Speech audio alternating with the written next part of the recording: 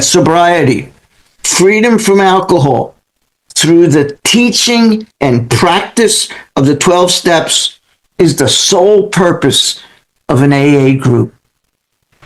Our chief responsibility, and Bill says, our chief responsibility to the newcomer is an adequate presentation of the program. So you got to ask yourself, that last group depression meeting I went to, that group discussion meeting I went to, whatever you want to call that, did they present the program? Did they do an adequate presentation of the program? Were they teaching and practicing the 12 steps? More often than not, the answer would be no.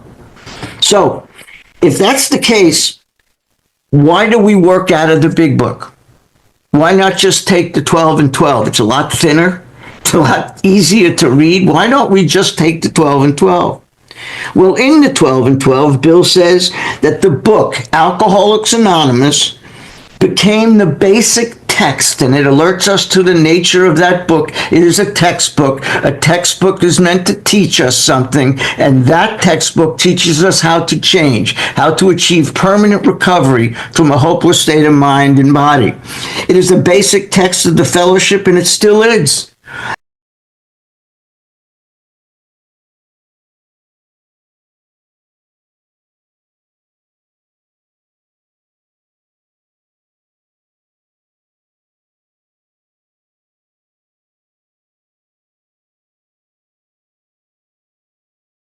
In fact, in many areas of the country, you could not go to a regular meeting until you had actually completed all 12 steps. And back then, they handed out what was called a sobriety card, and it had 2 dates on it: the date that you entered the 12-step community and the date you finished the steps. And typically, that was done within a matter of a few weeks.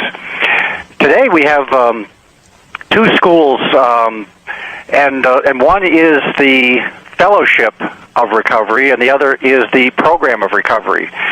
And in terms of the fellowship, many people here don't drink and go to meetings, 90 meetings in 90 days, and things like that, which are actually contrary to what was actually practiced in the early days, which was, and another one was meeting makers make it.